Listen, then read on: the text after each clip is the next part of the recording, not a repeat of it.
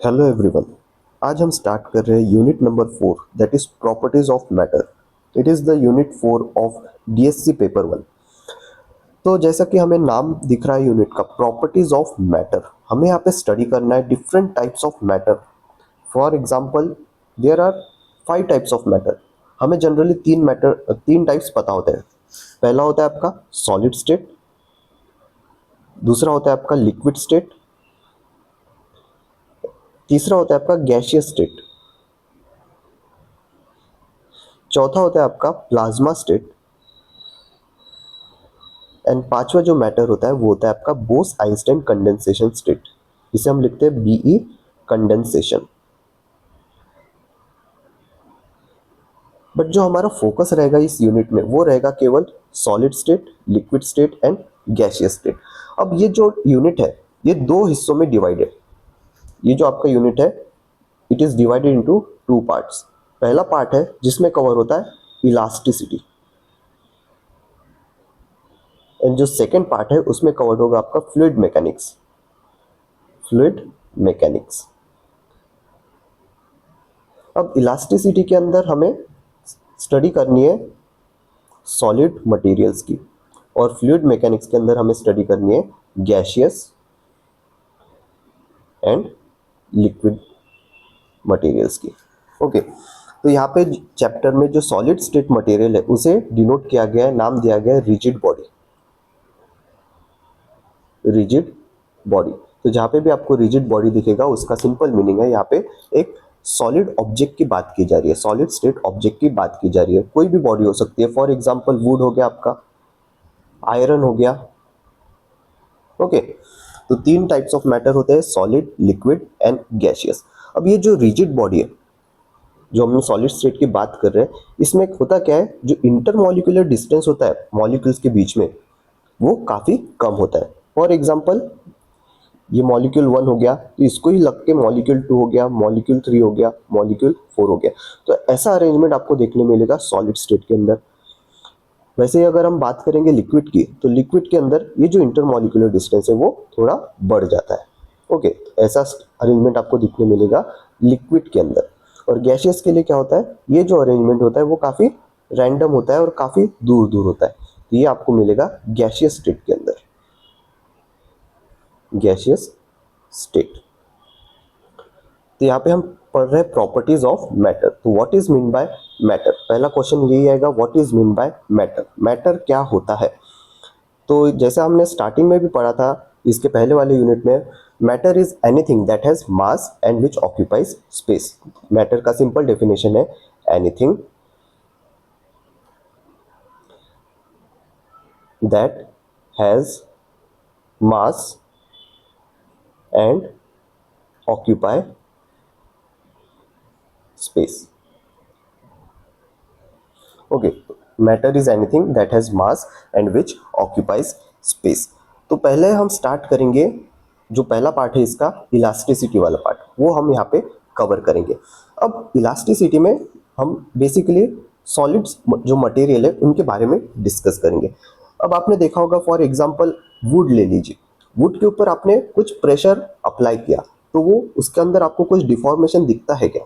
Would का जो position है या उसका साइज है कुछ चेंज होता है क्या? अगर आप अपने नेकेड आई से देखोगे तो आपको ऐसा कुछ भी होता हुआ नहीं दिखेगा, बट इन रियलिटी उसमें वुड में डिफॉर्मेशन होता है। अगर आपने उसके वुड के ऊपर प्रेशर अप्लाई किया, फोर्स अप्लाई किया, तो उसके ऊपर क्या होता है, डिफॉर्मेशन होता है। मतलब ये जो आपने सॉलिड मॉलिक्यूल्स का अरेंजमेंट देखा होगा ऐसे, उसमें क्या होता है, स्लाइटली उनके बीच में क्या होता है, ये हो जाता है ऐसे, उनके बीच में क्या होता है, स्लाइट हल्का सा, बिल्कुल हल्का सा उसमें क्या आ जाता है, डिफॉर्मेशन होना स्टार्ट होता है, यानी उनके बीच का इंटरमॉलिक्यूलर डिस्टेंस बढ़ना स्टार्ट हो जाता है। और जैसे आपने फोर्स लगाना बंद किया वो अपने ओरिजिनल साइज में आ जाते हैं। ऐसा आपने देखा होगा रबर के केस में, rubber is also solid state material. Okay, but rubber में आपने एक प्रॉपर्टी पढ़ी होगी इलास्टिसिटी। वो इलास्टिसिटी की वजह से क्या होता है, अपना जब अगर आपने उसको खींचा और छोड़ दिया तो वो अपना ओरिजिनल साइज में आ जाएगा। वैसे वुड के साथ होता है क्या, या आयरन के साथ होता है क्या? तो आप जनरली आपका आंसर आएगा नहीं, आयरन और वुड के साथ ऐसा नहीं होता। But in case in reality ऐसा होता है। It happens with would, it happens with iron, it happens with any solid material, but इसमें डिफॉर्मेशन इतना कम होता है कि आप इसे अपने नेकेड आई से क्या बोलते हैं उसे कैच नहीं कर पाओगे। फॉर एग्जाम्पल जो डिफॉर्मेशन होगा वो होगा 10⁻⁻⁻6 मीटर। अगर फॉर एग्जांपल अगर आपने वुड लिया, उसके ऊपर आपने काफ़ी ज़्यादा फोर्स अप्लाई किया, मान लीजिए आपका वुडन डेस्क है, उसके ऊपर आपने फोर्स अप्लाई किया ऊपर से, तो उसमें डिफॉर्मेशन कितना होगा, वो होगा 10⁻⁻6 मीटर तक डिफॉर्मेशन होगा। और इतना कम छोटा डिफॉर्मेशन आपकी आइज कैच नहीं कर पाती है।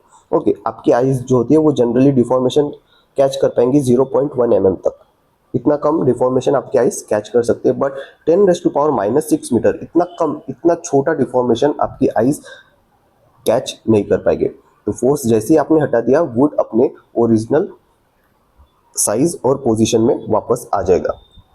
तो यहाँ पे हमें एक चीज़ पता चली कि अगर कोई भी सॉलिड ऑब्जेक्ट होता है, या हम बोल सकते हैं कोई भी अगर रिजिड बॉडी है, उसके ऊपर अगर हमने फोर्स लगाया तो उसमें डेफिनेटली डिफॉर्मेशन होगा।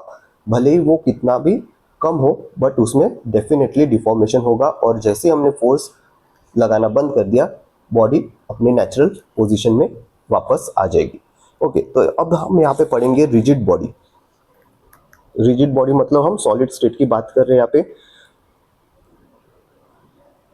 रिजिड बॉडी, अब रिजिड बॉडी को भी यहाँ पे दो टाइप्स में डिवाइड किया गया है। पहला टाइप है इसका इलास्टिक बॉडी,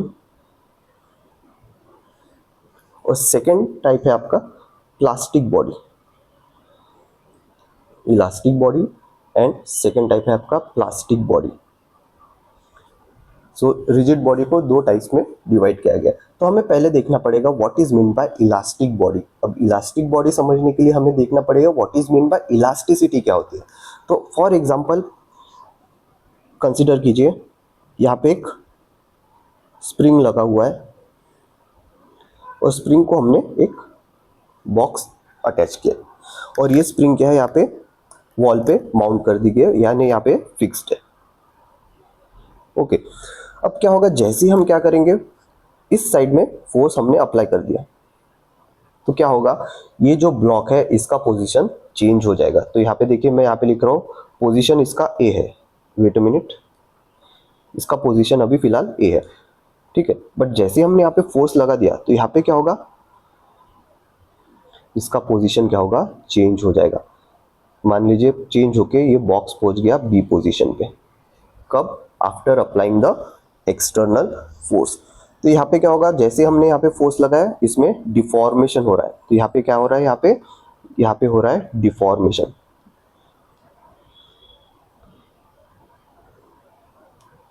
सेम जो डिफॉर्मेशन ऐसा ही होगा अगर हमने वुड पे भी फोर्स अप्लाई किया। ओके, सेम डिफॉर्मेशन होगा, सेम जैसा यहाँ पे हो रहा है। ओके, तो यहाँ पे क्या होगा, डिफॉर्मेशन होगा। अब कुछ देर बाद अगर मैंने इसको रिलीज कर दिया, फोर्स लगाना बंद कर दिया, तो क्या होगा, थोड़ी देर बाद हम देखेंगे ये जो स्प्रिंग है, ये स्प्रिंग जो है वो इसके ओरिजिनल पोजीशन पे फिर से वापस आ जाएगी। ये जो इसका पोजीशन ए था, ये पोजीशन पे वापस आ जाएगी। तो हम बोल सकते हैं कि अगर जो भी बॉडी, अगर हमने फोर्स लगाया और वो एलोंगेट हुई, डिफॉर्म हुई, बट फोर्स लगाना हमने जैसे ही छोड़ दिया, वो अपने ओरिजिनल पोजीशन पे आ गई, तो वो बॉडी हम बोल सकते हैं it is an elastic body. It is an elastic body. तो इसका डेफिनेशन होता है the property of material body due to which body recovers its original shape and size on removal of external deforming force. तो ये जो deformation हो रहा है वो किसके वजह से हो रहा है, it is due to the external deforming force. External deforming force जो हमने यहाँ पे लगाया एफ, एक्सटर्नल डिफॉर्मिंग फोर्स की वजह से क्या हो रहा है, यहाँ पे डिफॉर्मेशन हो रहा है। ओके, तो property of material due to which body recovers its original shape and size on removal of external deforming force is known as elasticity. और जो भी बॉडी ये इलास्टिसिटी पोजेस करती है, वो बॉडी को हम बोल सकते हैं it is an elastic body. For example आपका स्प्रिंग हो गया, आपका रबर हो गया, कोई भी सॉलिड मटेरियल आप कंसिडर कर सकते हो। ओके, तो ये डेफिनेशन 1 मार्क्स में आता है, what is mean bye elastic body and what is mean bye plastic body. अब इलास्टिक बॉडी हमने देखा, तो इसका अपोजिट होगा प्लास्टिक बॉडी। प्लास्टिक बॉडी में क्या होगा, फॉर एग्जांपल मान लीजिए कोई ऑब्जेक्ट है, वेट मिनट, कोई भी आप एक ऑब्जेक्ट कंसिडर कर सकते हो, अगर वो बॉडी उसके ओरिजिनल साइज एंड शेप में वापस नहीं आई तो हम उसे प्लास्टिक बॉडी कहते हैं। इलास्टिक बॉडी वो होती है जिसमें अगर हमने एक्सटर्नल फोर्स लगाया और एक्सटर्नल फोर्स जैसे ही हमने रिलीज किया तो जो बॉडी है वो अपने ओरिजिनल पोजीशन पे वापस आएगी। वो कंडीशन होती है इलास्टिसिटी, और जो बॉडी इलास्टिसिटी पोजेस करती है उसे हम कहते हैं इलास्टिक बॉडी। इसका अपोजिट होगा a body which does not regain its original size and shape on removal of deforming force is called as plastic body. मतलब जैसे अगर हमने यहाँ पे डिफॉर्मेशन एक्सटर्नल डिफॉर्मिंग फोर्स लगाया और जैसे हमने फोर्स रिलीज कर दिया बट बॉडी अपने ओरिजिनल पोजीशन पे वापस नहीं गई तो हम बोलेंगे it is an plastic body.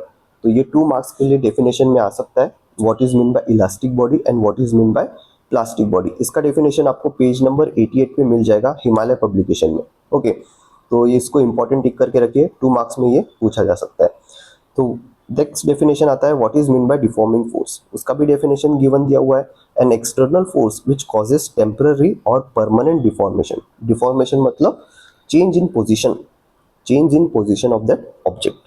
Okay, change in position बोल सकते हैं और change in size shape of that object is called as deforming force. तो ये हो गया इसका पार्ट 1। नेक्स्ट आता है टॉपिक है स्ट्रेस। नेक्स्ट टॉपिक है इसका स्ट्रेस।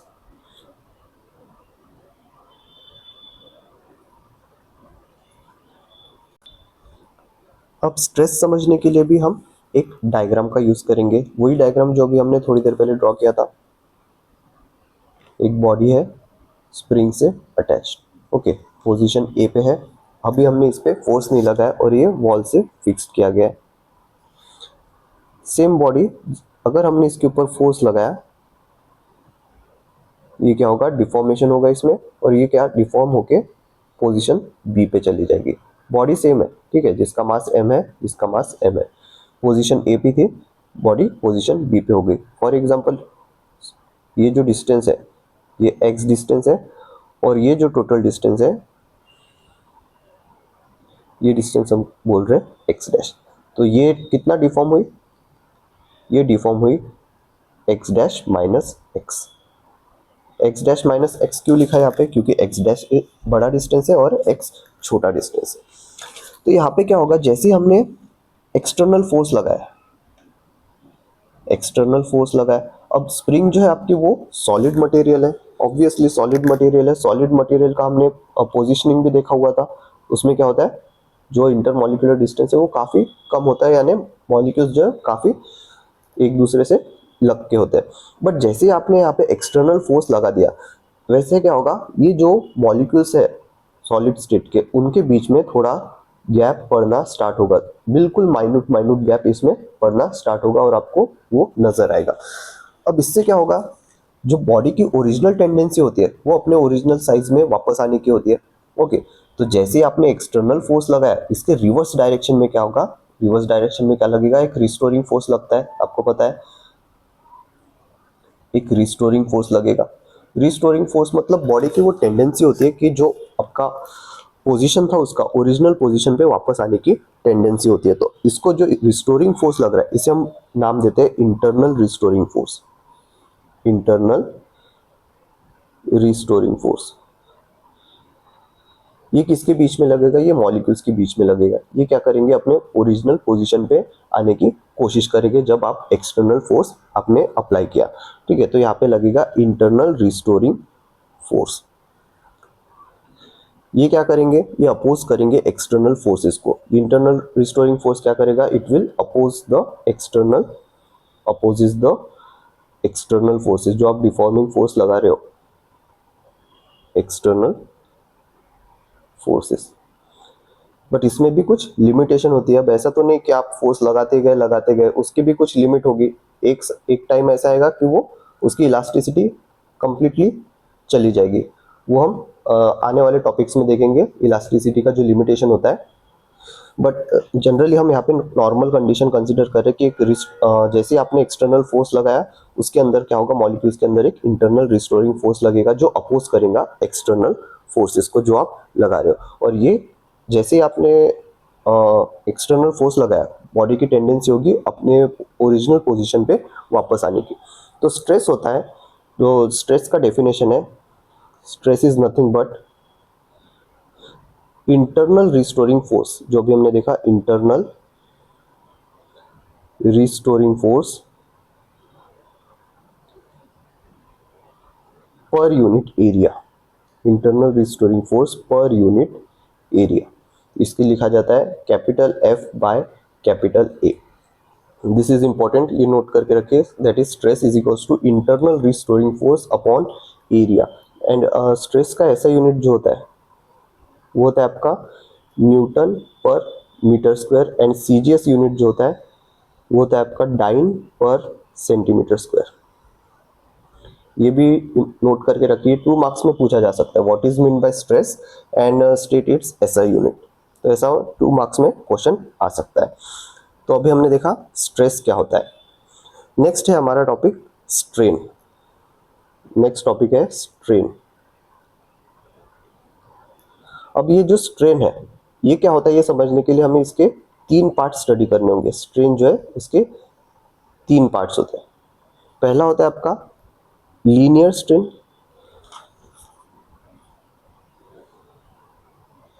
दूसरा होता है आपका वॉल्यूम स्ट्रेन,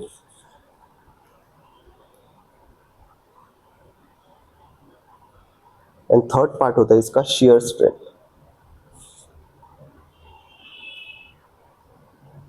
इसको और एक नाम दिया जाता है लीनियर स्ट्रेन की जगह, कई कई बुक्स में आपको दिखेगा longitudinal strain.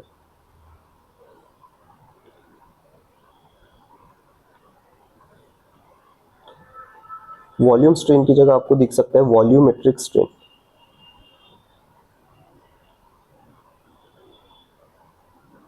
And shear strain की जगह आपको दिख सकता है शियरिंग स्ट्रेन।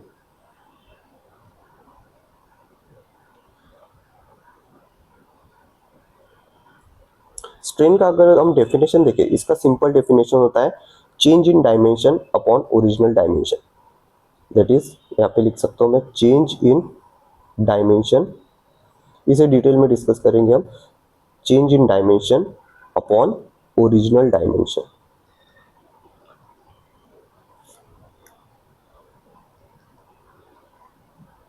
Original dimension. तो इसका स्ट्रेन का जो पहला पार्ट है दैट इज लीनियर स्ट्रेन, वो हमें डिस्कस करना है। पहला पार्ट है आपका लीनियर स्ट्रेन, और इसका और एक नाम है लॉन्जिट्यूडनल स्ट्रेन। तो लीनियर स्ट्रेन मतलब यहाँ पे एल आपको दिख रहा है, तो यहाँ से मतलब आप कंसिडर कर सकते हो, याद रख सकते हो, एल से आप कंसिडर कर सकते हो लेंथ, चेंज इन लेंथ। तो यहाँ पे लिख रहा हूँ मैं नोट करके, जब भी आपको लीनियर शब्द दिखे तो आप तुरंत नोटिस कीजिए उसमें लेंथ की बात हो रही है। तो लीनियर स्ट्रेन का सिंपल डेफिनेशन है change in length per unit length, change in length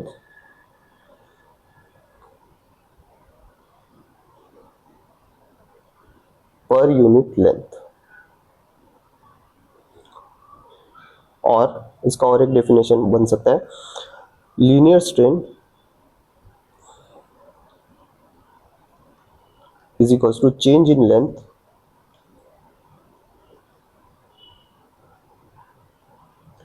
upon original length.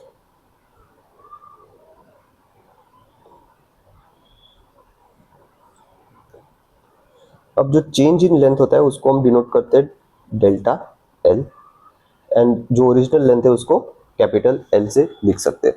कई कई बार अगर आप देखोगे तो डेल्टा एल को डी एल लिखा जाता है और एल एज इट इज रहता है। ओके, तो आप डेल्टा एल भी लिख सकते हो और चेंज इन लेंथ को डी एल भी लिख सकते हो। फॉर एग्जाम्पल मान लीजिए आपके पास एक वायर है जिसका लेंथ है 2 metre. For example consider a wire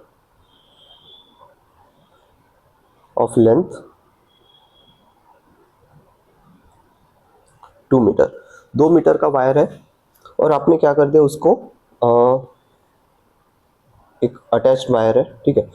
अब इसके ऊपर आपने एक कोई मास अटैच कर दिया, कुछ बॉडी है, कोई भी बॉडी है उसका कुछ मास है, उसको आपने अटैच कर दिया। अब जैसे आपने मास यहाँ पे अटैच कर दिया तो यहाँ पे क्या होगा, ये एलोंगेट होगा और थोड़ा स्ट्रेच हो जाएगा। तो इसका ओरिजिनल पोजीशन जो यहाँ पे था मास लगाने के बाद, इसका ओरिजिनल पोजीशन यहाँ तक आ सकता है। ओके, या आप बोल सकते हो एक वायर लिया आपने और इसको क्या कर दिया, एलोंगेट कर दिया, मतलब इस डायरेक्शन में आपने फोर्स लगा दिया तो एलोंगेट होकर वो वायर थोड़ा लंबा हो गया। ओके, सिंपल, आप समझने के लिए देख सकते हो। तो फॉर एग्जांपल अगर आपने 2 मीटर का वायर लिया और वो स्ट्रेच कर दिया 1 mm से, वो स्ट्रेच कर दिया 1 मिलीमीटर से, आपने उसके ऊपर फोर्स लगाया और वो स्ट्रेच हो गया कितना, 1 मिलीमीटर से। तो अब यहाँ पे लीनियर स्ट्रेन कैसे निकाला जाए, तो लीनियर स्ट्रेन का हमारे पास फॉर्मूला है change in length upon original length. यहाँ पे ओरिजिनल लेंथ कितना है, 2 मीटर, और ये चेंज इन लेंथ कितना हुआ, 1 mm। 1 mm क्या हुआ, वो चेंज हो गया। तो सबसे पहले तो हमें ये mm को मीटर में कन्वर्ट करना पड़ेगा, क्योंकि हमने जो वायर का लेंथ लिया वो 2 मीटर में लिया है, ठीक है।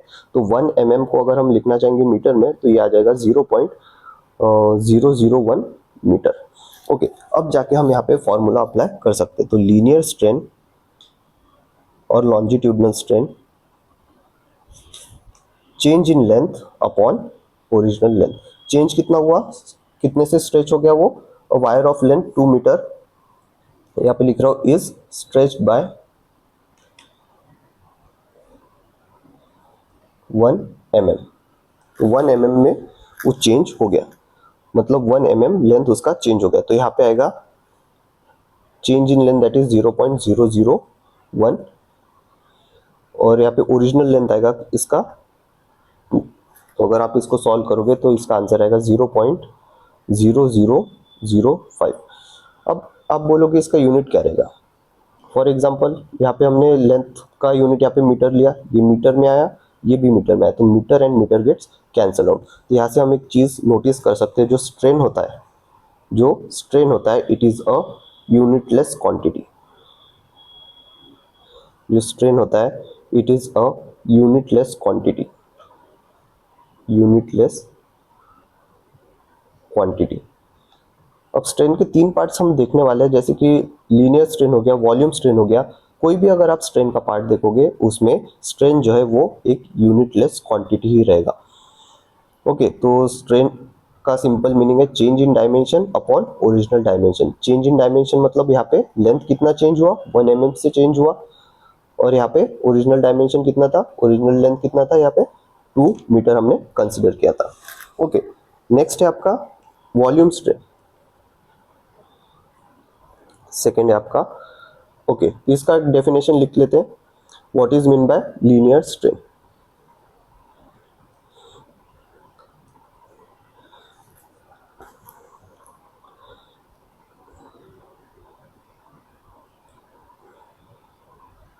लीनियर स्ट्रेन का definition, when a body changes only in length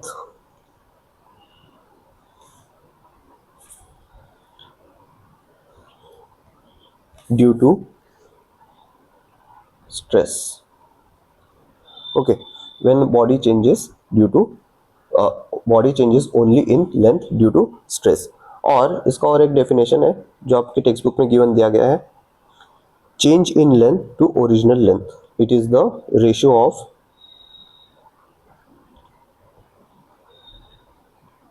change in length to original length।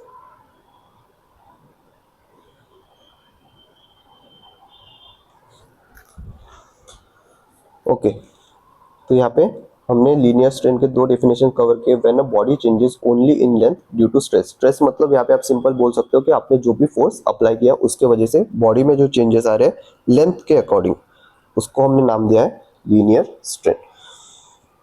Next है आपका volume strain.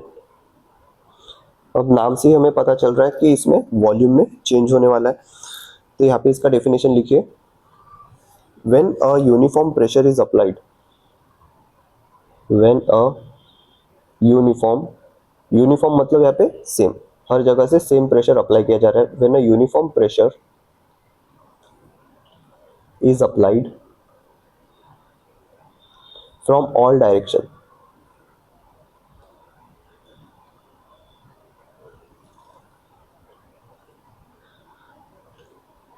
volume of body changes।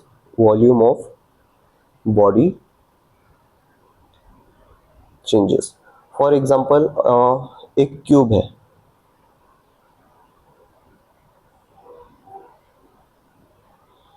ये हमने क्यूब कंसिडर किया, इसका कुछ वॉल्यूम होगा। अब मान लीजिए आप यहाँ से भी फोर्स अप्लाई कर रहे हैं, यहाँ से भी फोर्स अप्लाई कर रहे हैं, यहाँ से भी फोर्स अप्लाई कर रहे हैं, यहाँ से भी फोर्स अप्लाई कर रहे हैं, चारों साइड से आप फोर्स अप्लाई कर रहे हैं, तो उस केस में क्या होगा, इसका जो वॉल्यूम है वो चेंज होगा। इसका वॉल्यूम क्या होगा, वॉल्यूम विल चेंज। हर जगह से आप इसके ऊपर प्रेशर अप्लाई कर रहे हो। Pressure is nothing but force per unit area. तो जो आपने प्रेशर का डेफिनेशन पढ़ा होगा, force per unit area. Okay, और इसी को हम नाम देते हैं स्ट्रेस। जो अभी थोड़ी देर पहले हमने देखा था, stress is also nothing but internal restoring force per unit area. इसमें भी इसका ऐसा ही आता है एफ बाई ए, और इसमें भी प्रेशर में भी हम इसे लिख सकते हैं एफ बाई ए। ओके, तो यहाँ पे क्या होगा, जैसे बॉल जैसे हमने चारों साइड से 6 साइड्स होते हैं क्यूब्स के, हर जगह से अगर हमने प्रेशर अप्लाई किया तो उसका वॉल्यूम डेफिनेटली क्या होगा, कम हो जाएगा। तो volume strain is nothing but when uniform pressure is applied from all the direction, volume of body changes. This is known as volume strain. This is known as volume strain. इसका और एक definition आपके text book में given दिया हुआ है, ratio of change in volume to original volume. Ratio of change in volume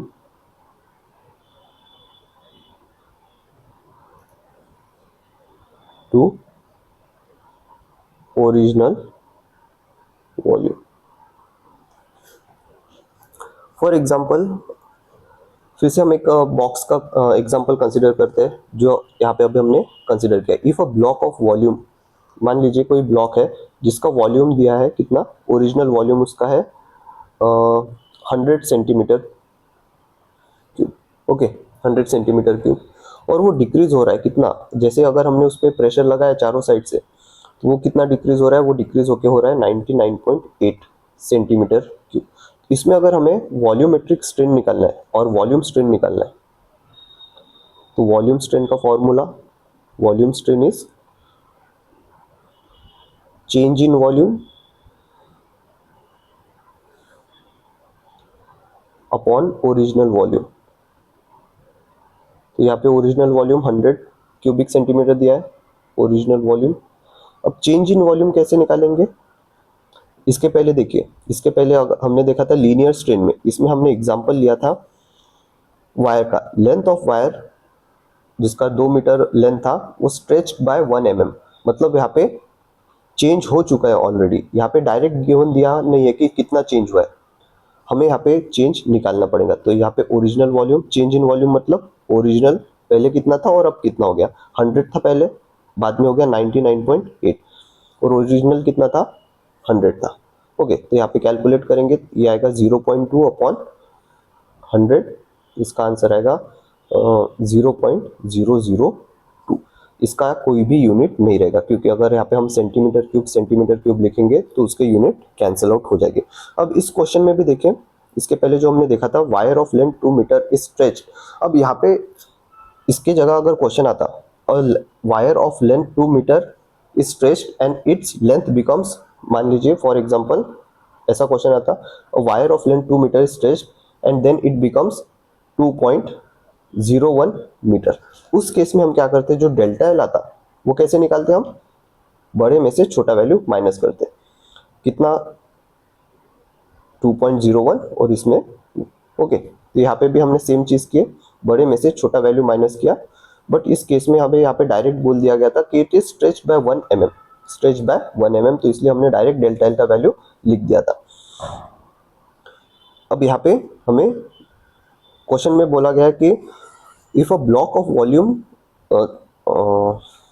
एक block है जिसका वॉल्यूम है 100 क्यूबिक सेंटीमीटर और वो डिक्रीज होकर कितना हो रहा है 99.8 क्यूबिक सेंटीमीटर। तो इसमें वॉल्यूमेट्रिक स्ट्रेन कैसे निकालेंगे, delta we that is change in volume upon original volume. तो चेंज इन वॉल्यूम अगर हमें निकालना है तो हमें लिखना पड़ेगा 100 जो ओरिजिनल वॉल्यूम था माइनस जो वॉल्यूम बाद में मिला डिफॉर्म होने के बाद अपॉन ओरिजिनल वॉल्यूम। तो ये वैल्यू है 0.002, इसका कोई भी यूनिट नहीं रहेगा। ओके, नेक्स्ट आता है आपका third type, that is shear strain. Next heading लिखेंगे शियर स्ट्रेन। अब जो ये शियर स्ट्रेन होता है ये रिलेटेड होता है आपका एंगल से, और एंगल हम जो इसमें लेते हैं उसे हम नाम देते हैं phi. For example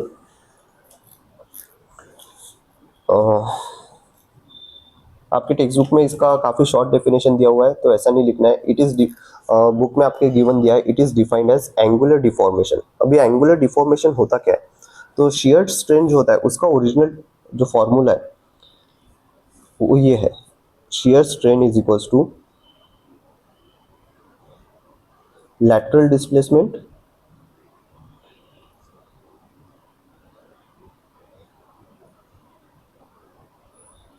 upon height. Okay, अब इसको एक डायग्राम से समझते हैं। मैं यहाँ पे एक डायग्राम बना रहा हूँ।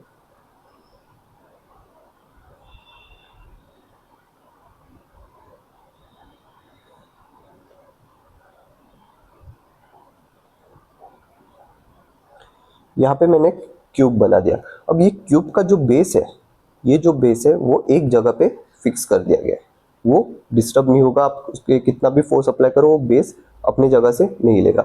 अब हम क्या कर रहे हैं, यहाँ पे एक पैरेलल फोर्स अप्लाई कर रहे हैं, पैरेलल टू दिस बेस।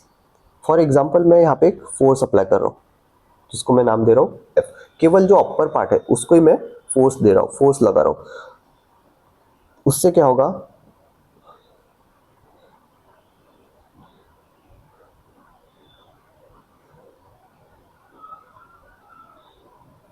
केवल जो इसका अपर पार्ट है, देखो जो अपर पार्ट है वो उसका चेंज हो गया, उसका बेस चेंज नहीं हुआ, केवल उसका क्या हुआ, अपर पार्ट में इसमें हमें डिस्प्लेसमेंट देखने मिल रहा है। तो फॉर एग्जांपल इसका ओरिजिनल पोजीशन अगर कंसिडर करें इस फिगर से, तो ओरिजिनल पोजीशन इसका ऐसा था, ये यहाँ पे था। ओके, पर जैसे ही हमने यहाँ पे फोर्स लगाया वो आगे के साइड निकल गया। तो फॉर एग्जांपल इसका ओरिजिनल पोजीशन ये था जिसको हम नाम देते ए, ये पोजीशन यहाँ पे था ए। अब ए कहाँ पे चला गया, ये यहाँ पे चला गया, इसको नाम देते ए डैश। तो ये अपने क्या हुआ, ओरिजिनल पोजीशन से आगे चला गया। ये इसका ए पोजीशन था, जैसे हमने इस पे फोर्स लगाया ये कहाँ चला गया, ए डैश पे चला गया। तो ये जो डिस्टेंस है ए से ए डैश के बीच में, इसको हम नाम देते हैं let it be x. Okay, और जो ये हाइट है, जो ये क्यूब का लेंथ है, लेट दिस बी एच। ये जो आपको लेंथ दिख रहा है ये एच हो गया, ये भी एच हो गया, सभी साइड्स इसके एच के, एच लेंथ के सभी साइड्स यहाँ पे प्रेजेंट है। तो यहाँ पे क्या हो रहा है, लैटरल डिस्प्लेसमेंट हो रहा है। लैटरल डिस्प्लेसमेंट मतलब एक पोजीशन जो है उसका हमने फिक्स कर दिया, जो क्यूब था उसका नीचे वाला पोजीशन जो हमने फिक्स कर दिया, और केवल फोर्स कहाँ पे लगाया, केवल अपर पार्ट पे उसके फोर्स लगाया। ओके, तो इसका आप लिख सकते हो when a force acts parallel to a surface, when a force acts parallel to surface, यहाँ पे लिख रहा हूँ मैं, when a force acts parallel to surface।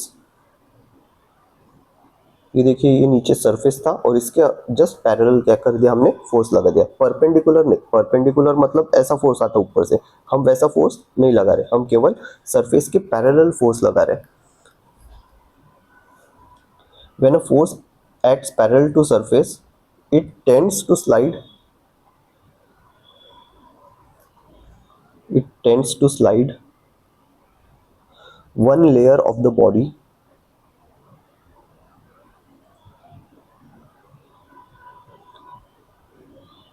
one layer of the body over another।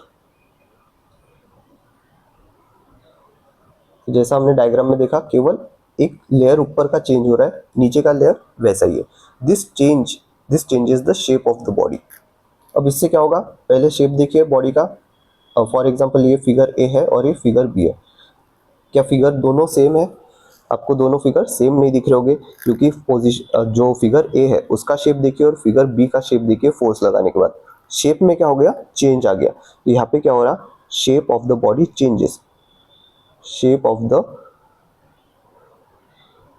Body changes. But इसके volume में change आया क्या? वॉल्यूम में इसके चेंज नहीं आया, क्योंकि पहले भी इसका जो सभी साइड्स थे उसका डिस्टेंस हमने कर दिया कंसिडर h, ये भी h ही है अभी भी, ये भी, ये जो डिस्टेंस है इसके साइड वो भी h है, ठीक है। फॉर एग्जाम्पल इसमें केवल क्या हो रहा है, shape of the body is changing but volume remains the same, volume remains the same. और जो ये एंगल दिख रहा है आपको, फॉर एग्जांपल ये ओरिजिनल पोजीशन था ए का और ये कहाँ पे चला गया, ए डैश पे, तो इसके बीच में जो एंगल फाई फॉर्म हो रहा है, इसी को नाम दिया गया है शियरिंग स्ट्रेन। इसी को क्या नाम दिया गया है, शियरिंग स्ट्रेन और एंगुलर डिफॉर्मेशन। एंगुलर डिफॉर्मेशन, ये जो फाई आपको दिख रहा है, जो ओरिजिनल पोजीशन था और बाद में चेंज हो गया, उसके बीच का जो एंगल आपको दिख रहा है उसको नाम दिया गया है एंगुलर डिफॉर्मेशन फाई। तो अभी हमने देखा कि इसमें क्या हो रहा है, शेप चेंज हो रहा है बॉडी का बट उसका वॉल्यूम चेंज नहीं हो रहा है। तो शियरिंग स्ट्रेन और shear strain is lateral displacement upon height. Height मतलब जो भी आप लेंथ कंसीडर कर रहे हो बॉक्स की, फॉर एग्जांपल अगर ये h का वैल्यू 1 है तो सभी साइड के वैल्यू क्या हो जाएंगे, 1 हो जाएंगे। और इसका वॉल्यूम क्या आएगा, वॉल्यूम आएगा, अगर 1 कंसीडर किया तो 1 क्यूबिक सेंटीमीटर, ओके। तो 1 क्यूबिक सेंटीमीटर इसका वॉल्यूम आएगा। तो सेम इसका भी वॉल्यूम 1 क्यूबिक सेंटीमीटर रहेगा, क्योंकि इसका लेंथ हमने चेंज नहीं किया, सभी लेंथ h ही है यहाँ पे, और h का वैल्यू अगर हमने 1 कंसीडर किया तो वॉल्यूम आएगा 1 क्यूबिक सेंटीमीटर। तो लैटरल डिस्प्लेसमेंट मतलब ये जो पोजीशन a से जो a डैश पे पहुंचा वो डिस्टेंस हमने कितना कंसीडर किया, वो कंसीडर किया हमने x। तो इसके लिए यहाँ पे लिखते हैं लैटरल डिस्प्लेसमेंट इज x। और हाइट मतलब जो साइड के जो वैल्यू है, इसके साइड के जो वैल्यू है, फॉर एग्जाम्पल अगर हमने यहाँ पे वैल्यू कंसीडर किया h, तो ये आ गया हाइट h। तो shear strain is nothing but lateral displacement upon height, जिसको लिखा जा सकता है x बाय h। तो यहाँ पे क्या हो रहा है, शेप इसका चेंज हो रहा है बट वॉल्यूम चेंज नहीं हो रहा है।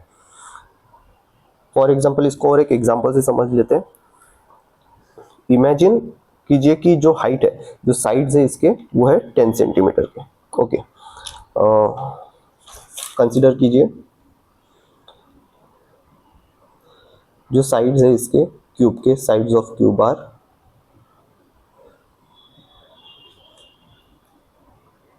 10 सेंटीमीटर, ओके। एंड जब हम इसके ऊपर फोर्स लगा रहे हैं, ओरिजिनली इसके ऊपर फोर्स लगा रहे हैं और ये डिफॉर्म होके क्या हो रहा है, दूसरे पोजीशन पे जा रहा है, इसका केवल अपर पार्ट ए डैश पे। तो ए और ए डैश के बीच में अगर एक्स का वैल्यू हम कंसिडर कर रहे हैं, let the lateral displacement be, let lateral displacement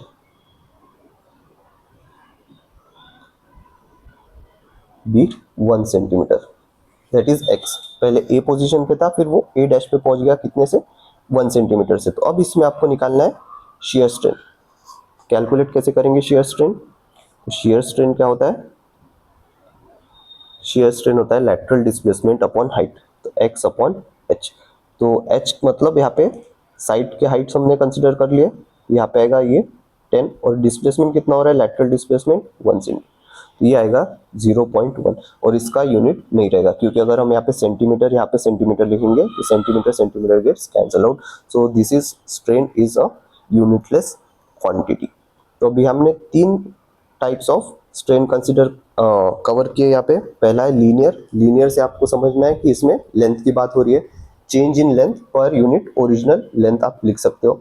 wire का एग्जांपल हमने कंसिडर किया। फिर हमने देखा वॉल्यूम स्ट्रेन जिसमें वॉल्यूम चेंज हो रहा है, और तीसरा हमने देखा शियर स्ट्रेन जिसमें डिफॉर्मेशन हो रहा है, एंगल फाई, जिसको हमने नाम दिया एंगुलर डिफॉर्मेशन। क्यों हो रहा है, क्योंकि केवल अपर साइड पे हम फोर्स लगा रहे हैं और उसका जो बेस है उसको फिक्स रख रहे हैं, ठीक है। तो ये होता है shear strain.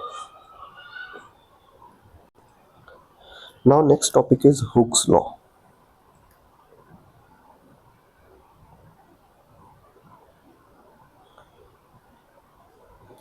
Hooke was a एक साइंटिस्ट थे, ब्रिटिश साइंटिस्ट, 1676 में उन्होंने एक लॉ दिया था, एक लॉ जो रिलेट कर रहा है स्ट्रेस और स्ट्रेन को, जो भी हमने पढ़ा स्ट्रेस और स्ट्रेन दोनों को किस तरह से रिलेट करता है, वो एक उन्होंने लॉ बताया। तो वो लॉ था with in the elastic limit.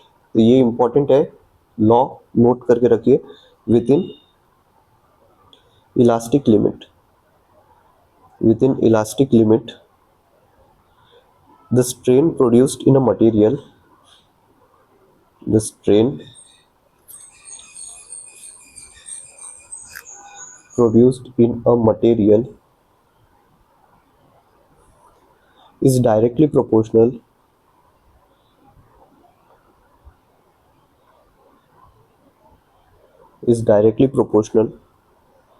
to the applied stress, directly proportional to the applied stress।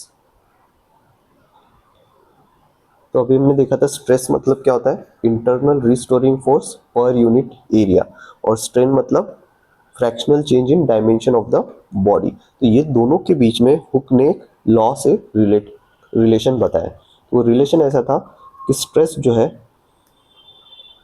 It is directly proportional to strain. Okay, तो जैसे जैसे आप स्ट्रेस इंक्रीज करोगे स्ट्रेन भी इंक्रीज होगा। तो अगर ये प्रोपोर्शनलिटी साइन अगर हमने यहाँ पे हटा दिया तो स्ट्रेस इज इक्वल्स टू, यहाँ पे प्रोपोर्शनलिटी कांस्टेंट लगाना पड़ेगा। तो मान लीजिए उसको हमने नाम दे दिया कैपिटल ई, जनरली हम के लगाते हैं बट यहाँ पे हमने ई लगा दिया। ई मल्टीप्लाइड बाय यहाँ पे आएगा स्ट्रेन। ये स्ट्रेन को इस साइड लेके आएंगे तो ये बनेगा stress upon strain, that is E. और ये जो ई है प्रोपोर्शनलिटी कांस्टेंट, इसको उन्होंने नाम दिया elasticity, coefficient of elasticity of material. ये जो ई है इसको नाम दिया गया है, कांस्टेंट वैल्यू था उसको नाम दिया गया मॉड्यूलस ऑफ इलास्टिसिटी।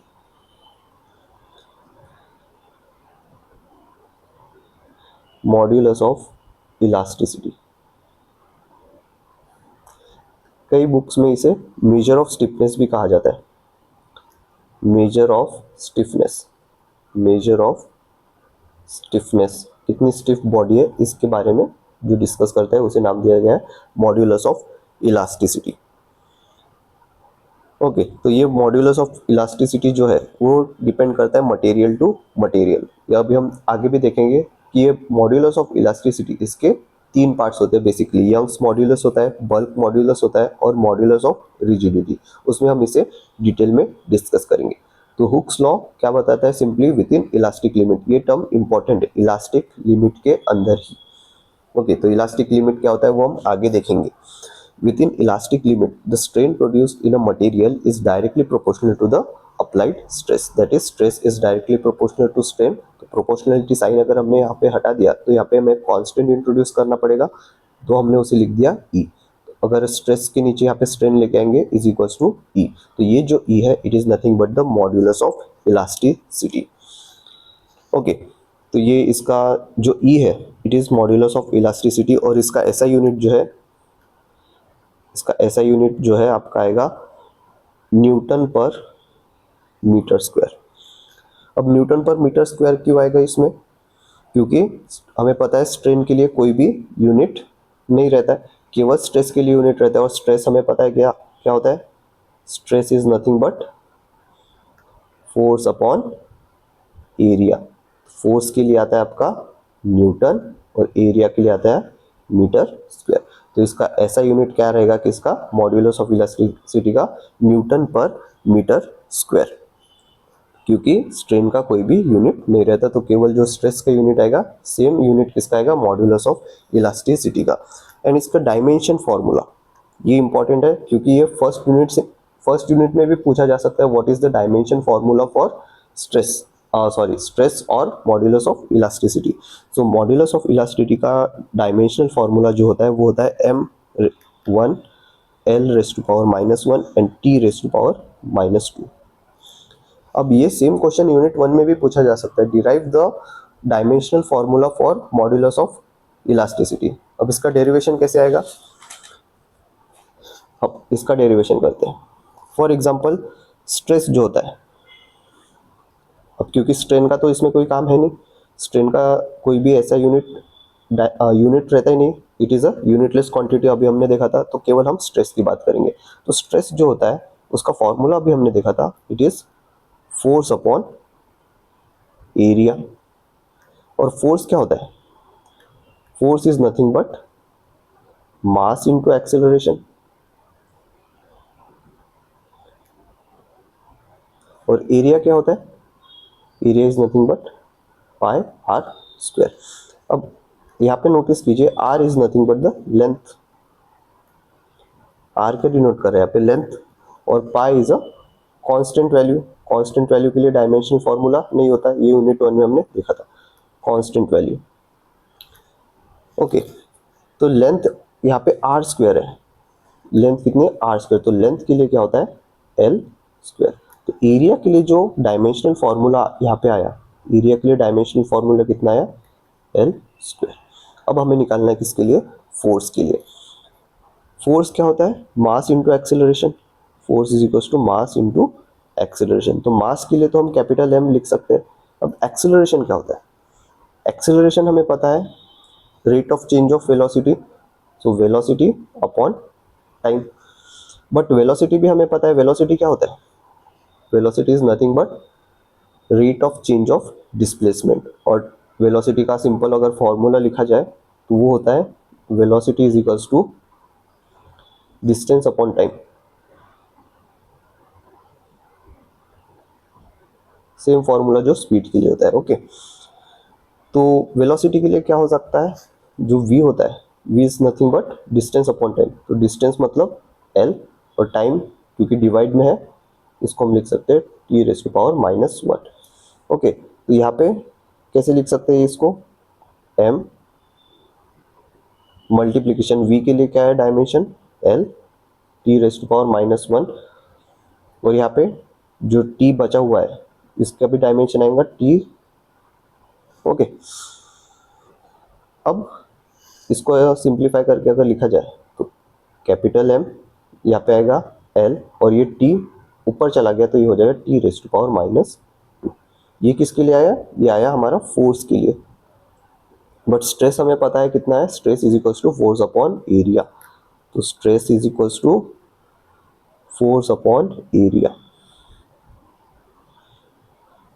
फोर्स कितना आया? फोर्स का डायमेंशन कितना आया? M L T raise to power -2। And area के लिए अभी हमने निकाला था एल स्क्वायर। इसको सिंप्लीफाई करेंगे तो यहाँ पे आएगा एम एल स्क्वायर। यहाँ पे एल स्क्वायर है, ऊपर एल है, तो एक कैंसिल आउट हो जाएगा और एक ही बचेगा -1 T raise to power -2। So this is the dimensional formula for modulus of elasticity और स्ट्रेस। इसको हम बोल सकते हैं dimensional formula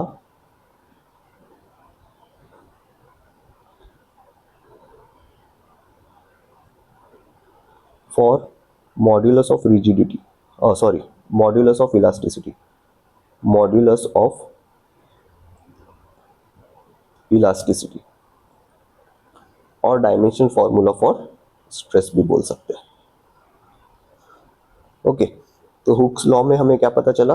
Hooke's law relation देता है किसके बीच में? स्ट्रेस और स्ट्रेन के बीच में, जहां से हम कैलकुलेट कर सकते हैं मॉड्यूलस ऑफ इलास्टिसिटी का value. So modulus of elasticity का ऐसा यूनिट होता है न्यूटन पर मीटर स्क्वायर, क्योंकि स्ट्रेन का कोई भी ऐसा यूनिट नहीं रहता। और इसका डायमेंशनल फॉर्मूला जो अभी हमने यहाँ पे डिराइव किया, m raise to power 1 l raise to power -1 t raise to power -2। यहाँ पे भी देखिए डायमेंशनली हमने कैलकुलेट कर लिया। अब यहाँ पे m के ऊपर कुछ नहीं है, मतलब हम यहाँ पे 1 लिख सकते हैं। ओके, तो ये फॉर्मूला और ये फॉर्मूला दोनों सेम हमने यहाँ पे डिराइव करके शो कर दिया। अब जो ये मॉड्यूलस ऑफ इलास्टिसिटी जिसकी अभी हमने बात की, उसके बेसिकली 3 टाइप्स होते हैं।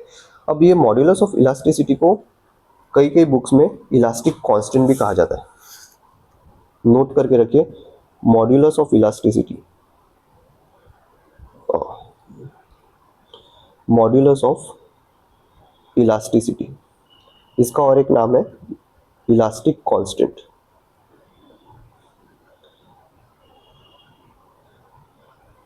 और ये मॉड्यूलस ऑफ इलास्टिसिटी के 3 पार्ट्स होते हैं। Modulus of elasticity. इसके बेसिकली 3 पार्ट्स होते हैं। पहला पार्ट होता है इसका यंग्स मॉड्यूलस। Young's modulus. दूसरा पार्ट होता है इसका बल्क मॉड्यूलस। और तीसरा पार्ट होता है मॉड्यूलस ऑफ रिजिडिटी।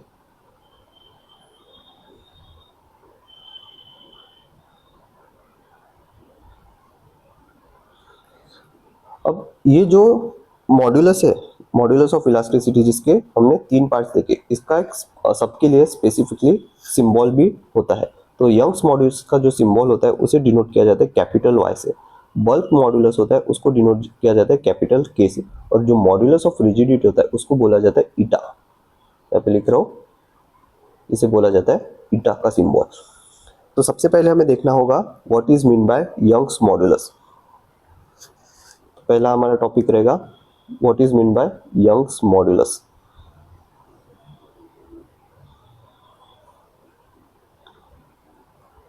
अब यंग्स मॉड्यूलस समझने के लिए हम एक डायग्राम देखते हैं। फॉर एग्जांपल एक वायर कंसिडर कीजिए।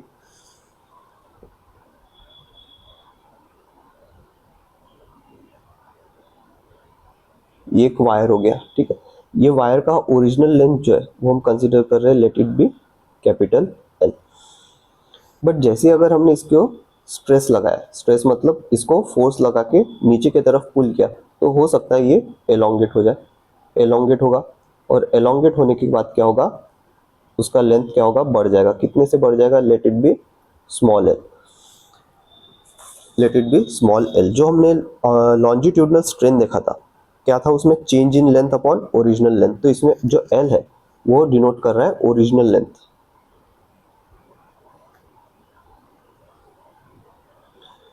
Original length. ओके,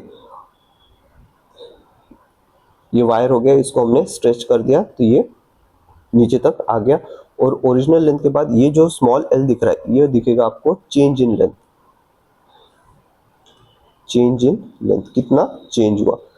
अब आप इसको, जब हमने लॉन्जिट्यूडनल स्ट्रेन देखा था उसमें इसको डेल्टा एल से डिनोट किया था, बट यहाँ पे हम इसे स्मॉल एल से डिनोट कर रहे हैं। और एल क्या है आपका, original length of the wire. यहाँ पे मैं लिख रहा हूँ let L be the original length of wire.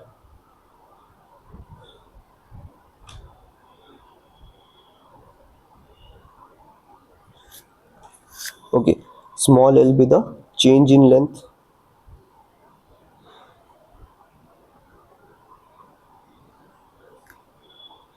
f be the applied force or applied load, applied force और applied load। फॉर एग्जाम्पल अगर वायर यहाँ पे फिक्स्ड है, ओके, और यहाँ पे आपने लोड लगा दिया, कोई भी लोड लगा दिया, तो भी क्या होगा, इसमें स्लाइट एलोंगेशन होगा। तो वायर क्या हो सकता है, एलोंगेट होके यहाँ तक आ जाए। हल्का सा यहाँ पे क्या हुआ, देखिए डिफॉर्मेशन हो गया, हल्का सा उसने क्या कर दिया, डिफॉर्म हो गया।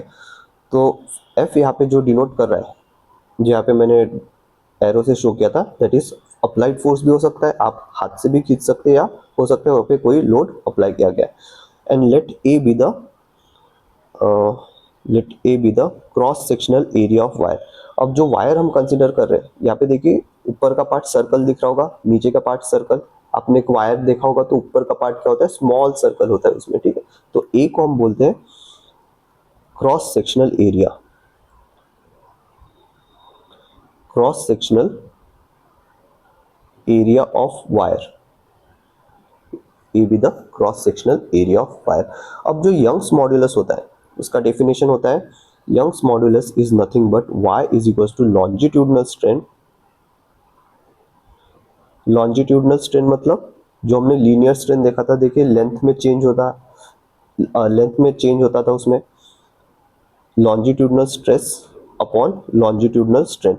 अब स्ट्रेस के लिए हमने यहाँ पे कोई भी ऐसा लॉन्जिट्यूडनल शब्द यूज नहीं किया था, बट क्योंकि हम यहाँ पे लेंथ के लिए बात कर रहे हैं, इसलिए अभी यहाँ पे मैंने यहाँ पे लॉन्जिट्यूडनल स्ट्रेस ऐसा लिखा है, ठीक है। तो अभी आपने देखा होगा जब हमने स्ट्रेस वाला पार्ट पढ़ा था, स्ट्रेस में कहीं पे भी ऐसा मैंने लॉन्जिट्यूडनल स्ट्रेस नहीं लिखा था, केवल सिंपली उसे स्ट्रेस से डिनोट किया था। बट क्योंकि यहाँ पे हम लेंथ की बात हो रही है यहाँ पे, इसलिए हमने लॉन्जिट्यूडनल स्ट्रेस बोल दिया है, और divide by longitudinal strain.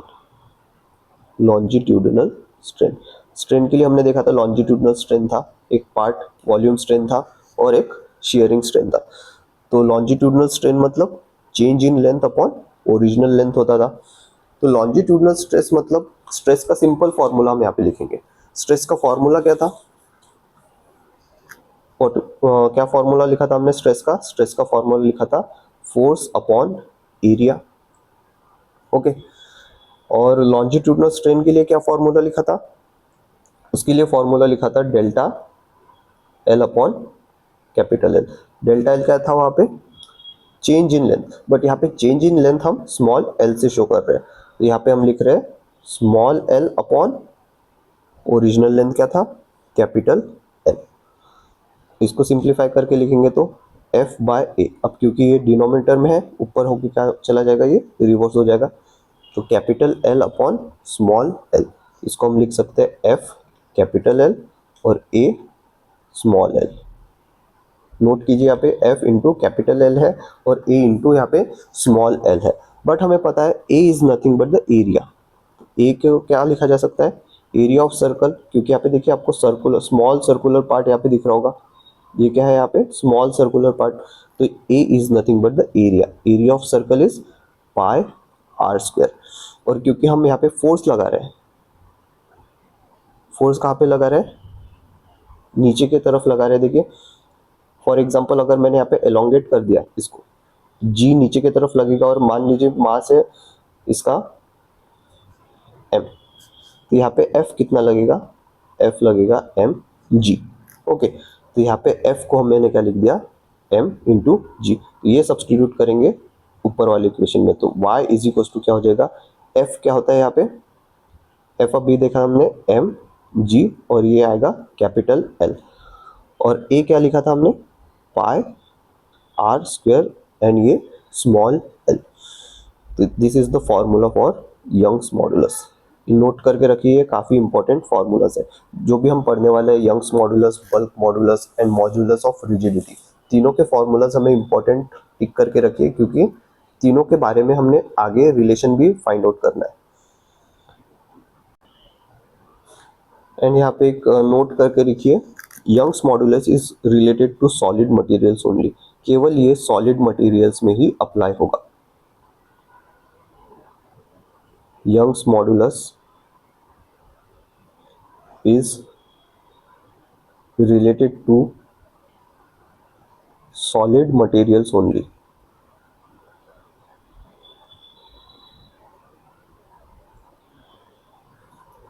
Next heading आपका है bulk modulus. Second part of modulus of elasticity is bulk modulus. इन बल्क मॉडुलस को हम डिनोट करते हैं सिंबल कैपिटल के से। तो बल्क मॉडुलस का फॉर्मूला है, simple formula is stress upon volumetric strain. Volume strain. Okay, तो स्ट्रेस के लिए हमने फॉर्मूला ऑलरेडी लिखा है। क्या था स्ट्रेस का फॉर्मूला?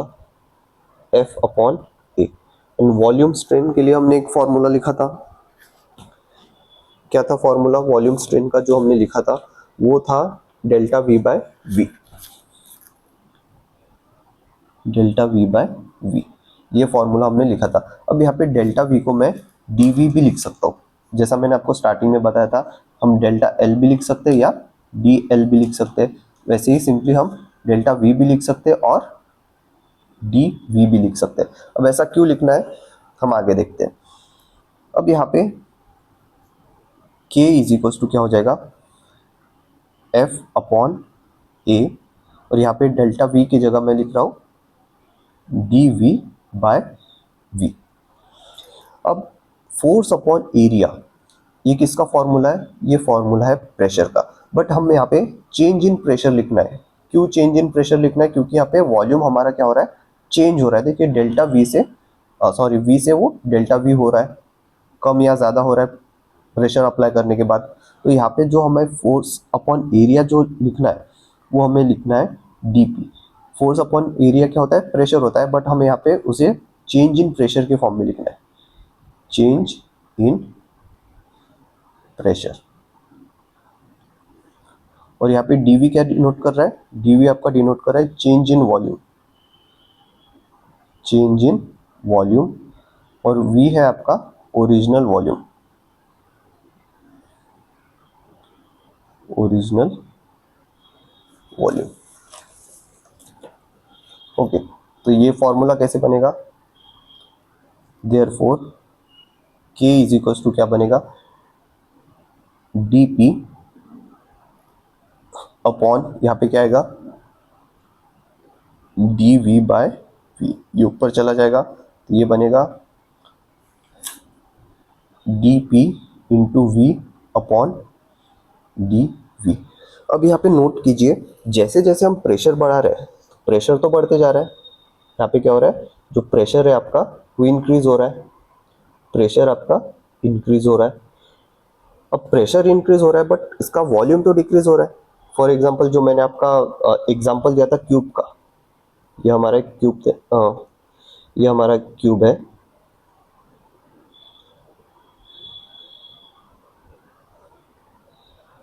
अगर हम इसके हर साइड से प्रेशर अप्लाई करेंगे तो इसका क्या होगा, वॉल्यूम क्या होगा, कम हो जाएगा। तो यहाँ पे क्या हो रहा है, जैसे प्रेशर इंक्रीज हो रहा है इसमें क्या हो रहा है, वॉल्यूम इसका डिक्रीज हो रहा है, वॉल्यूम इसका क्या हो रहा है, डिक्रीज हो रहा है। ओके, तो ये जो क्वांटिटी है डीपी बाय डीवी, ये जो क्वांटिटी है डीपी बाय डीवी, एक मिनट, ये फॉर्मूला में क्वांटिटी आपको दिख रही है डीपी बाय डीवी, तो इसमें डीपी क्या हो जाएगा, ये तो पॉजिटिव क्वांटिटी हो जाएगी, और ये जो डीवी है ये हो जाएगी आपकी नेगेटिव क्वांटिटी। नेगेटिव क्यों, क्योंकि ये वॉल्यूम कम हो रहा है और प्रेशर क्या हो रहा है, इंक्रीज हो रहा है। DP is positive quantity, DP is negative. Negative क्यों लिया हमने, क्योंकि इसका वॉल्यूम क्या हो रहा है, कम हो रहा है, और प्रेशर हमारा इंक्रीज हो रहा है। तो अगर हमने डीवी को अगर नेगेटिव क्वांटिटी ले लिया, ठीक है, तो डीपी बाय डीवी क्या हो जाएगा, ये ओरिजिनली क्या हो जाएगी, ये नेगेटिव क्वांटिटी हो जाएगी। डीपी बाय डीवी क्या हो जाएगी, ये नेगेटिव क्वांटिटी हो जाएगी, क्योंकि पॉजिटिव बाय नेगेटिव अगर डिवाइड करोगे, positive quantity by negative quantity, वो एक नेगेटिव क्वांटिटी आएगी, नेगेटिव क्वांटिटी आएगी। ओके, तो ये नेगेटिव क्वांटिटी आएगी, इसका मतलब के का वैल्यू भी नेगेटिव आएगा। बट के क्या है हमारा, के इज द, के represents the bulk modulus, that is the stiffness which physically cannot be a negative quantity. तो के क्या है हमारा, नेगेटिव नहीं हो सकता। तो इसको बैलेंस करने के लिए हम क्या करते हैं, तो ये जो फॉर्मूला आपको दिख रहा है ऊपर, जो हमने फॉर्मूला लिखा है ये, तो देयरफॉर के इज इक्वल्स टू हम यहाँ पे लिखते हैं, माइनस साइन लगा देते हैं यहाँ पे, v dp बाय dv। यहाँ पे नोट कीजिए dp by dv is already a negative quantity. Negative quantity क्यों, क्योंकि प्रेशर इसका बढ़ रहा है, प्रेशर तो हम बढ़ा रहे हैं बट इसका वॉल्यूम क्या हो रहा है, डिक्रीज हो रहा है। तो यहाँ पे वॉल्यूम इज डिक्रीजिंग, तो इसलिए यहाँ पे नेगेटिव क्वांटिटी, और प्रेशर बढ़ रहा है, it is a positive quantity. तो यहाँ पे dp by dv is already a negative quantity, तो इसको बैलेंस करने के लिए हमने क्या लगा दिया यहाँ पे, नेगेटिव साइन। तो ये नेगेटिव साइन और ये dp बाय dv का नेगेटिव साइन, तो नेगेटिव इंटू नेगेटिव क्या हो जाएगा, पॉजिटिव। तो उससे क्या होगा, ये जो k का वैल्यू है, k का value will be always positive. यहाँ पे नोट करके लिखो, value of bulk modulus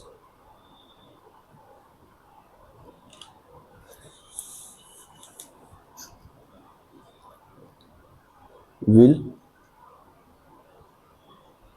always be a positive quantity।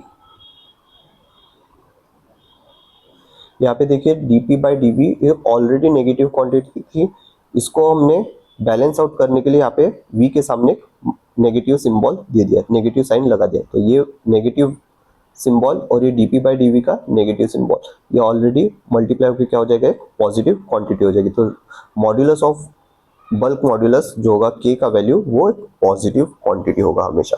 तो negative sign is just a mathematical correction here to ensure that the bulk modulus always remains positive।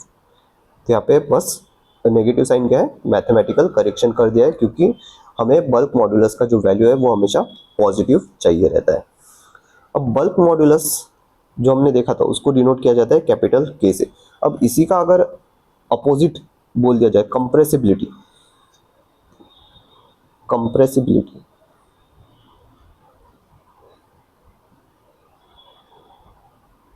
इसको denote किया जाता है beta से। इट इज 1 अपॉन कैपिटल के। अगर हम bulk modulus को रिवर्स कर दे तो इट इज द कंप्रेसिबिलिटी, जिसको हम डिनोट कर देते हैं बीटा से। सो अगर बीटा का वैल्यू देखेंगे हम, के का वैल्यू ऑलरेडी आ चुका है कितना, minus V dot D P by D V. तो इसमें पुट करेंगे beta is equals to 1 upon minus V dot D P by D V. ये ऊपर चला जाएगा तो ये आएगा माइनस डी वी बाय, यहाँ पे आएगा V D P. So this is compressibility. तो यहाँ पे एक बात नोटिस कीजिए, कंप्रेस कौन सी चीज़ें हो सकती है। एक तो हम गैस कंप्रेस कर सकते हैं या लिक्विड। फॉर एग्जांपल आपने एक मान लीजिए कोई थैले में पानी भर दिया और उसको आप क्या कर सकते हो, कंप्रेस कर सकते हो। ओके, सिमिलरली अगर कोई आपने हवा भर दी थैले में, उसको भी आप क्या कर सकते हो, कंप्रेस कर सकते हो। सॉलिड को भी आप कंप्रेस कर सकते हो। तो यहाँ पे जो बल्क मॉड्यूलस है वो लिक्विड, सॉलिड एंड गैस में अप्लाई होगा। ओके, और जो यंग्स मॉड्यूलस है वो केवल सॉलिड में ही अप्लीकेबल रहेगा। यहाँ पे नोट करके रखिए, जो के है कैपिटल के, it is the bulk modulus. और बल्क मॉड्यूलस का अगर हम रिवर्स कर दे तो उसको बोला जाता है compressibility. Beta is equals to 1 upon K. तो बीटा का वैल्यू आएगा minus D V upon V dot D P. तो ये जितने भी फॉर्मूलाज हम यहाँ पे लिख रहे हैं उसको नोट करके रखिए, क्योंकि आगे न्यूमेरिकल्स में काम में आएंगे। ओके, नेक्स्ट टाइप है मॉड्यूलस ऑफ रिजिडिटी। यहाँ पे लिख रहा हूँ मैं modulus of rigidity. This is the third type, modulus of rigidity. इसको डिनोट किया जाता है बीटा से। तो मॉड्यूलस ऑफ रिजिडिटी का जो फॉर्मूला है, eta is equal to tangential stress. अब यहाँ पे देखिए स्ट्रेस का और एक फॉर्म आ गया, टेंजेंशियल स्ट्रेस। आपको घबराना नहीं है, स्ट्रेस जहाँ पे भी आपको दिखे, स्ट्रेस का केवल हमने एक ही फॉर्मूला लिखा है, कौन सा, फोर्स अपॉन एरिया। तो चाहे फिर आप टेंजेंशियल स्ट्रेस की बात करो या लॉन्जिट्यूडिनल स्ट्रेस की बात करो या केवल स्ट्रेस की बात करो, फॉर्मूला सेम आएगा, फोर्स अपॉन एरिया। यहाँ पे tangential stress upon shearing strain, shearing strain. Strain का ये तीसरा टाइप जो हमने पढ़ा था, जिसमें डिफॉर्मेशन होता था बॉक्स में। ओके, फिर से हम यहाँ पे एक डायग्राम बनाएंगे।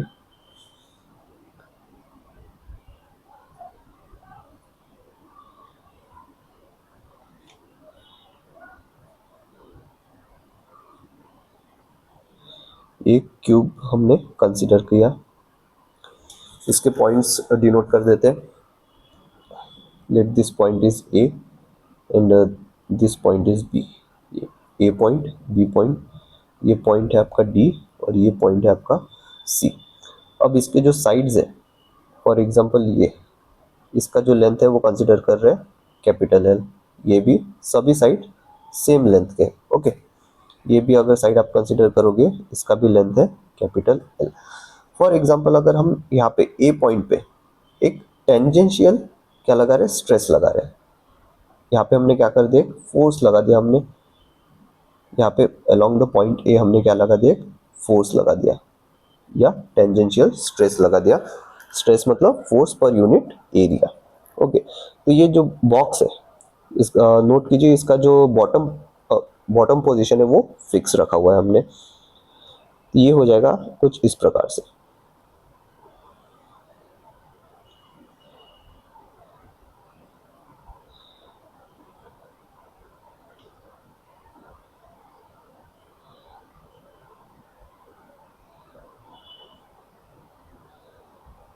केवल ऊपर वाला जो पोजीशन था उसको हमने फोर्स लगाया। तो इसका ओरिजिनल पोजीशन कहाँ पे था, फॉर एग्जांपल इसका ओरिजिनल पोजीशन, ये जो बेंट हुआ है ये पोजीशन यहाँ पे था। ओके, और यहाँ पे कितना डिफॉर्म हो रहा है उसको हम नाम देते हैं फाई। ये इसका ओरिजिनल पोजीशन था ए, और ये जो पोजीशन यहाँ पे पहुंच गया इसको हम नाम देते हैं ए डैश। सिमिलरली कहीं यहाँ पे बी पोजीशन होगा इसका, अब ये न्यू पोजीशन पे चला गया, इसको हम नाम देते हैं बी डैश। ओके, अब लेंथ इसका सेम ही रहेगा, इसका जो लेंथ है ये भी एल है, ये लेंथ देखोगे ये भी एल ही रहेगा, ये जो लेंथ है ये भी एल ही रहेगा। अभी डायग्राम में आपको थोड़ा छोटा दिख रहा होगा, बट समझने के लिए सभी साइड्स सेम है। ओके, चेंज कहाँ पे आ रहा है, केवल चेंज हो रहा है ये अपर पोजीशन पे। तो मान लीजिए ये जो अपर वाला पार्ट है ए और ए डैश, ये क्या कहलाता है, it is a lateral displacement. तो यहाँ पे लिख रहे हैं late lateral displacement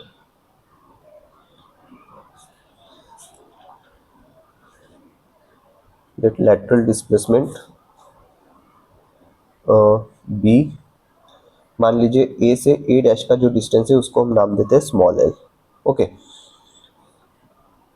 let it be small L. And height, height मतलब लेंथ ऑफ द क्यूब जो हम ले रहे हैं, and height of the body,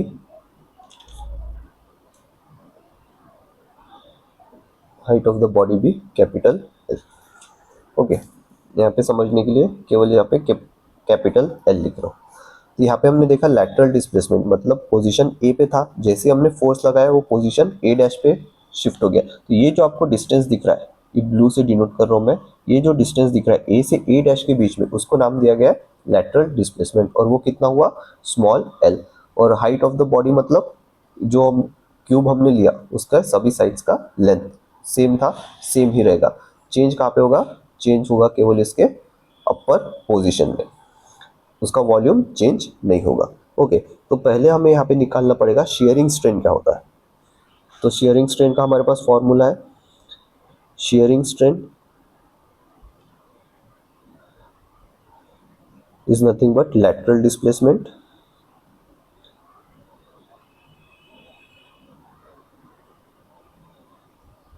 upon height और लेंथ ऑफ द बॉक्स बोल सकते हो उसे। तो लैटरल डिस्प्लेसमेंट हमने कितना कंसीडर किया, लैटरल डिस्प्लेसमेंट हमने कंसीडर किया है स्मॉल एल, और हाइट हमने कंसीडर किया है कैपिटल एल। तो जो हमारा शेयरिंग स्ट्रेन हुआ,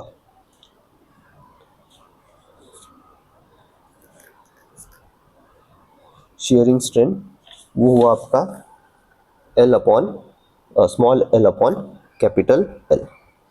स्मॉल एल क्या है, ए डैश का डिस्टेंस, और कैपिटल एल मतलब ये देखिए ए से डी का डिस्टेंस, या आप बोल सकते हो डी से सी का डिस्टेंस, या बी से सी का डिस्टेंस।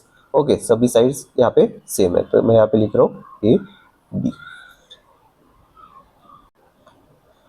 ओके, नाउ अब यहाँ पे देखिए आपको फाई दिख रहा होगा। Phi is nothing but the angle of deformation हमने देखा था, और उसे बोल सकते हैं एंगुलर डिफॉर्मेशन।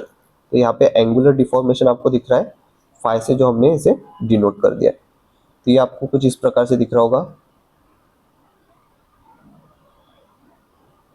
ये हो गया आपका phi.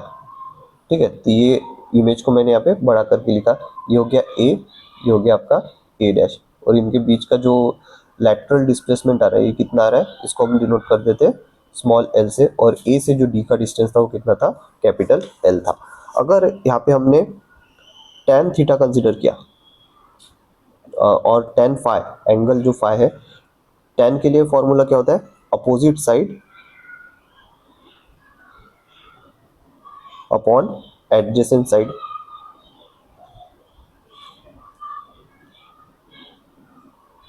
Opposite side upon adjacent side. तो अपोजिट साइड कौन सा है इसका, देखिए फाई का अपोजिट साइड स्मॉल एल, और ये एडजेसेंट साइड कैपिटल एल। तो शेयरिंग स्ट्रेन जो आया हमारा, शेयरिंग स्ट्रेन जो आया था कितना, small L by capital L, उसको हम लिख सकते हैं tan फाई। तो small L by capital L भी लिख सकते हैं और उसे tan फाई भी लिख सकते हैं। बट इसमें नोटिस कीजिए ये जो फाई है दैट इज एंगुलर डिफॉर्मेशन, यहाँ पे नोट करके लिखिए हियर एंगुलर डिफॉर्मेशन, जो कि हमने फाई से डिनोट किया है। Angular deformation is very very small, is very very small, it is very very small. क्यों स्मॉल है? क्योंकि यहाँ पे हम फोर्स लगा रहे हैं तो केवल अपर पोर्शन यहाँ पे मूव हो रहा है, जो बॉटम पोजीशन है वो फिक्स रखा है, तो केवल अपर पोजीशन मूव हो रहा है, तो वो ज्यादा मूव नहीं हो पाएगा क्योंकि बॉटम पोजीशन फिक्स हमने रखा हुआ है। तो एंगल ऑफ डिफॉर्मेशन यहाँ पे जो फाई हमने लिखा है, it is a very small quantity. तो यहाँ पे जो हमने tan फाई लिखा है, tan phi it is approximately equals to phi. तो यहाँ पे जो हमारा शेयरिंग स्ट्रेन का वैल्यू आया, shearing strain it is nothing but equals to phi. But हमें निकालना क्या है इसमें? हमें निकालना है इसमें modulus of rigidity, that is tangential stress upon shearing strain. तो शियरिंग स्ट्रेन तो आ गया फाई, तो eta is equals to tangential strain, sorry tangential stress. अब स्ट्रेस कौन सा भी रहो, लॉन्जिट्यूडनल स्ट्रेस रहो, simple stress, tangential stress formula हमें पता है F by A, force upon area denote by phi. इसको हम सिंप्लीफाई करके लिख सकते हैं एफ अपॉन ए, नीचे आ जाएगा फाई। तो ये हो गया मॉड्यूलस ऑफ रिजिडिटी ईटा। तो अभी हमने यहाँ पे निकाला है modulus of sorry Young's modulus हमने कैलकुलेट किया है। ये रहा यंग्स मॉड्यूलस का formula, y is equal to M G capital L upon pi are square small L. उसके बाद हमने निकाला बल्क मॉड्यूलस, उसका formula capital K is equal to minus V dot D P by D V. यहाँ पे D P by D V already एक negative quantity है, वो भी हमने देखा था। फिर अगर उसको रिवर्स कर देंगे तो वो हो जाएगा compressibility, that is beta is equal to 1 by K. Modulus of bulk modulus का अगर हम रिवर्स कर देंगे इट इज कंप्रेसिबिलिटी, तो beta is equal to 1 upon K. तो बीटा का भी वैल्यू हमने लिख दिया है। So this is the value of beta, that is compressibility. Then हमने मॉड्यूलस ऑफ रिजिडिटी देखा, जिसका फॉर्मूला था tangential stress upon shearing strain, वो भी हमने कैलकुलेट किया। ईटा इज इक्वल टू कितना है, एफ अपॉन ए बाय फाई। तो यहाँ पे हमने लगभग 4 to 5 फॉर्मूलाज डिराइव करके रखे हुए हैं। अब नेक्स्ट क्लास में क्या करेंगे हम, नेक्स्ट क्लास में हम पढ़ेंगे Poisson's ratio, and Poisson's ratio के साथ पॉइजन्स रेशो में और एक वैल्यू ऐड होगा जिसको हम नाम देंगे सिग्मा। ओके, तो हमें नेक्स्ट क्लास में क्या करना है, ये सिग्मा ईटा जो हमने निकाला y, दैट इज y क्या था, y था आपका Young's modulus, bulk modulus, capital K, इन सब के बीच में एक रिलेशन डिराइव करना है हमें। ओके, तो ये रिलेशन काफ़ी इंपॉर्टेंट रहेगा, तो नेक्स्ट क्लास आपको ज़रूर अटेंड करनी है। तो आज की क्लास में आपको अगर कोई भी डाउट होगा तो आप गूगल क्लासरूम पे पूछ सकते हैं। Thank you.